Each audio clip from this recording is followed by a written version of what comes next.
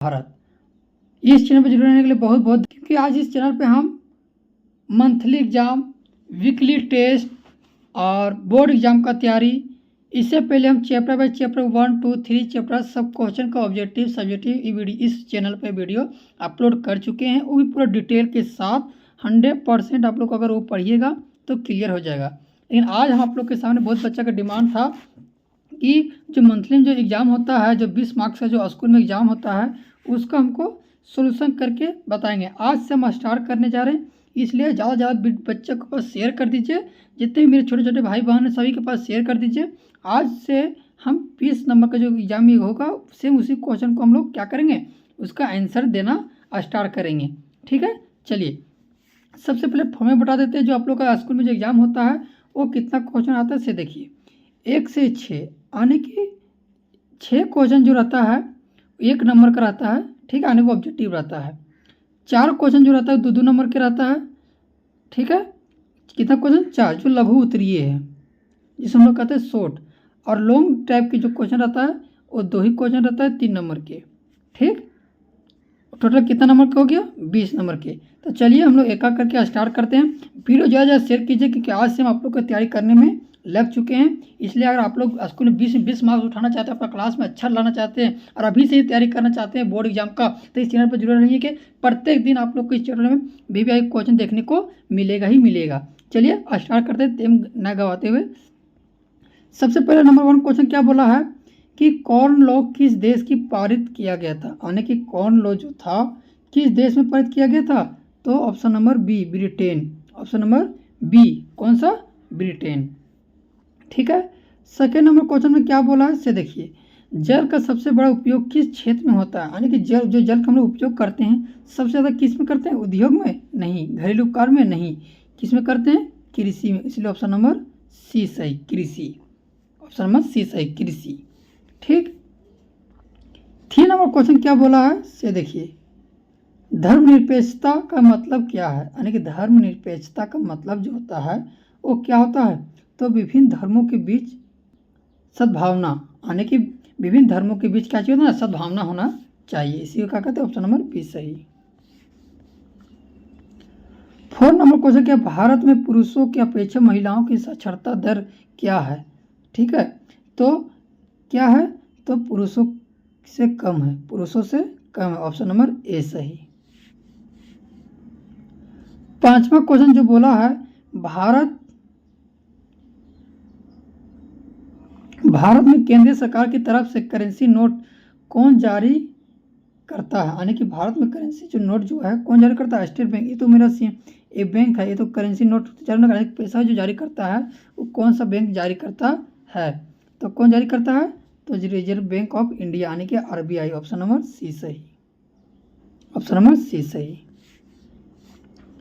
6वां number question क्या बोला, ऋण की शर्तें क्या शामिल है, ब्याज की दर। हाँ, जब आप लोन लीजिएगा तो आपको ब्याज भी देना पड़ेगा, किसी का समर्थक ऋण धारा भी होना चाहिए, आवश्यक कागज होना चाहिए, तब ना आप लोग को ऋण देगा। इसलिए ऑप्शन नंबर सभी डी, उपयुक्त सभी। अब हम लोग जानेंगे क्या, सो देखिए हम लोग जानने की कोशिश क्या करेंगे कि 57 जो क्वेश्चन है ये लघु उत्तरीय, 8 नंबर क्वेश्चन जो है, 9 नंबर क्वेश्चन जो है ये सब्जेक्टिव है। इसलिए इसके लिए हम अलग से वीडियो आप लोग को क्वेश्चन लिख के बताए हैं, इसमें जगह नहीं है इसलिए अलग से हम बताएं। चलिए समझाते हैं। दोनों में कौन सा कहा बोले, भूमंडलीयकरण क्या है, तो भूमंडलीयकरण जो है वस्तु, सेवाओं, पूंजी, तकनीक और लोगों का देशों के बीच बढ़ता हुआ आदान प्रदान तथा विश्व अर्थव्यवस्था का आपस में जुड़ना भूमंडलीय कहलाता है। आने के किसी भी देश में जब हम लोग कोई सामान वहाँ से मंगवाते हैं या फिर यहाँ से भेजते हैं, चाहे किसी तरह का हो, कोई भी चीज़ का आदान प्रदान हो, चाहे वस्तु का हो, चाहे एक दूसरे को यानी कि सेवा करने की भाव हो, चाहे पूंजी की हो, चाहे तकनीक की हो, उसी विश्व अर्थव्यवस्था यानी कि विश्व इकोनॉमी को जो आपस में जुड़ना, यानी कि आपस में क्या होना, जुड़ना, उसी को हम लोग क्या कहते हैं, भूमंडलीयकरण कहलाता है। 8वां नंबर क्वेश्चन क्या बोला है, श्रम का लैंगिक विभाजन का स्पष्ट कीजिए। जब कार्यों का बंटवारा स्त्री और पुरुष के आधार पर किया जाता है उसे श्रम लैंगिक विभाजन कहते हैं। यानी कि जब कोई कार्य हम लोग स्त्री और पुरुष के आधार पर किया जाता है, अलग अलग किया जाता है, उसे श्रम का लैंगिक विभाजन कहते हैं। सामान्यतः महिलाएं घरेलू कार्य करती है और पुरुष बाहरी कार्य करते हैं। लेकिन आजकल क्या हो रहा है, आज दोनों सभी क्षेत्र में कार्य कर रहे हैं, लड़का भी लड़की भी, दोनों एक ही क्षेत्र में। कोई भी नौकरी कर सकता है, कोई भी जॉब भी कर सकता है, कोई भी काम कर सकता है, यानी दोनों काम कर सकते हैं। लेकिन पहले क्या होता था कि महिलाएं घरेलू काम करती थी और पुरुष बाहरी काम करते थे। लेकिन आज क्या है, दोनों एक ही क्षेत्र में काम कर सकते हैं। 9वां नंबर क्या है, बहुउद्देशीय नदी घाटी परियोजना क्या है? ऐसी परियोजना जिसमें एक ही बांध या नदी का उपयोग सिंचाई, जल विद्युत, बाढ़ नियंत्रण, पेयजल, मत्स्य पालन यानी कि मछली का पालन जैसे अनेक उद्देश्य के लिए किया जाता है। यानी कि बहुउद्देश्य नदी घाटी परियोजना उसे कहते हैं जब मान लीजिए पूरा नदी है, ठीक है, नदी परियोजना जहाँ पर बांध बनाते हैं, बांध मान लीजिए जैसे पानी आ रहा है, यहाँ कहाँ बना दिए, आपस में बांध बना दिए। अब वही बांध में हम लोग यहाँ से सिंचाई कर रहे हैं, खेत में भी, इससे विद्युत हम लोग उत्पन्न भी कर रहे हैं, बाढ़ को इधर कंट्रोल भी कर रहे हैं, और पानी पीने का भी यहाँ से योग्य बना रहे हैं, अब मछली का पालन भी कर रहे हैं। इस सभी उद्देश्य के लिए जो उसका उपयोग किया जाता है उन्हीं को हम लोग बहुउद्देश्य नदी परियोजना कहते हैं। 20 नंबर क्वेश्चन क्या बोला, 10 नंबर क्वेश्चन जो बोला है वो क्या बोला है से देखिए, बैंकों का आय का मुख्य स्रोत क्या है? यानी बैंक का जो आय बढ़ता है, इनकम बढ़ता है, कहाँ से? बैंकों के मुख्य आय के सबसे मिलने वाला ब्याज। मान लीजिए कोई बैंक वाला लोन देता है तो लोन के साथ जो व्यक्ति लोन लेता है उसको क्या चुकाता है, ब्याज चुकाता है, ठीक है। और उसी प्रकार से बैंक का सबसे प्रमुख मुख्य स्रोत है उसे पैसा बढ़ना, इनकम बढ़ना। बैंक जमा कर कम ब्याज देता है और ऋण पर अधिक ब्याज लेकर लाभ कमाता है, ठीक है। चलिए मिलते हैं नेक्स्ट क्वेश्चन की ओर। 11 नंबर क्वेश्चन क्या, प्रथम विश्व युद्ध का वैश्विक अर्थव्यवस्था पर क्या प्रभाव पड़ा था? यानी कि प्रथम विश्व युद्ध जब हुआ था, हमारे प्रथम विश्व युद्ध कब हुआ था? 1914 से 1918 के बीच में हुआ था। कब? प्रथम विश्व युद्ध हुआ था। उसमें जो बोला कि विश्व में यानी पूरी दुनिया में जो अर्थव्यवस्था जो था वो उस पर क्या प्रभाव पड़ा था? तो सबसे पहला क्या प्रभाव पड़ा था, देखिए ऑप्शन, यूरोप की अर्थव्यवस्था कमज़ोर हो गया था। जो यूरोप के जो अर्थव्यवस्था जो थी वो पूरी तरह से कच्चा हो गया था, कमज़ोर। उद्योग और व्यापार प्रभावित हुए, यानी कि उद्योग भी, और उद्योग मतलब कोई बिजनेस यानी कि धंधा करना, जैसे कि फैक्ट्री वैक्ट्री हो गया, और कोई व्यापार करता है, कोई बिजनेस करता है, उसमें प्रभावित हुआ, बहुत सारा उसमें प्रॉब्लम देखने को मिला। बेरोजगारी और महंगाई बढ़ी, जानबे करते जब विश्व संकट में रहेगा तो सब चीज़ का नुकसान होगा ना, तो इसलिए बेरोजगारी भी बढ़ने लगी और महंगाई भी बढ़ी।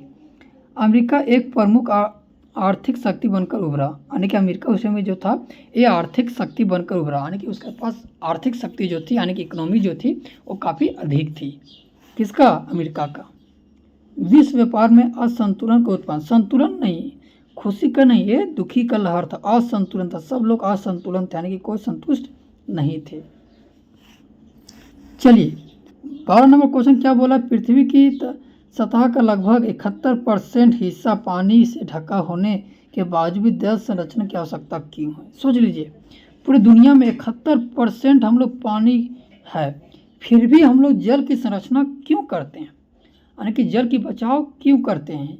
सो क्वेश्चन किया है, ठीक है, कौन? 12 नंबर क्वेश्चन।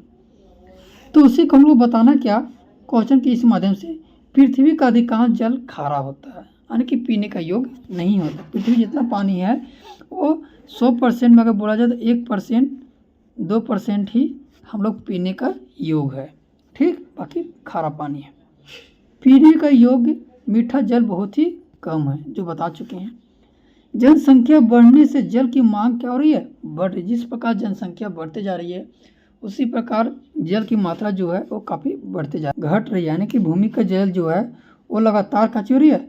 घट रही है, कमी होते जा रही है। भविष्य की पीढ़ियों के लिए जल बचाना आवश्यक, आने के आगे आने वाला पीढ़ियों के लिए जल की बचाना मोस्ट इम्पोर्टेंस है, ठीक है। चलिए आप लोग के आज एसएसटी हम डाल चुके हैं। हम जो 12 क्वेश्चन जो आता है आप लोग के एग्जाम में, मंथली एग्जाम जो होता है स्कूल में, अगर आप लोग चाहते हैं कि 20 में 20 मार्क्स उठाएं और अभी से ही तैयारी करना स्टार्ट कर दें, क्योंकि 6 महीना आप लोग के पास समय है। इस चैनल पर जुड़े रहने के लिए बहुत बहुत धन्यवाद और इससे प्रत्येक दिन हम लोग 2 वीडियो 3 अपलोड, क्लास छठा हो, 7वां हो, 8वां हो, 9वां हो, 10वां हो, 11वां हो, 12वां हो, सभी के लिए इस चैनल पे प्रत्येक दिन वीडियो आप लोग मंथली एग्जाम का अपलोड होता रहेगा। इसलिए वीडियो ज़्यादा से ज़्यादा शेयर कीजिए, सभी के पास शेयर कीजिए। चलिए मिलते हैं नेक्स्ट वीडियो में।